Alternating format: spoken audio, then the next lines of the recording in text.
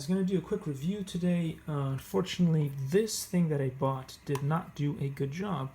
Now, does that mean that all of the products that were like this, that came from this company, are bad? No, that's not why I make videos. I'm just going to tell you the experience that I had with this one, and that it came defective for me. It may not have come defective for you. Anyway, I want to say that this one, on the other hand, is a fantastic product. So if you haven't got a glue gun, or you need to replace your glue gun, you could consider this one, Monvict.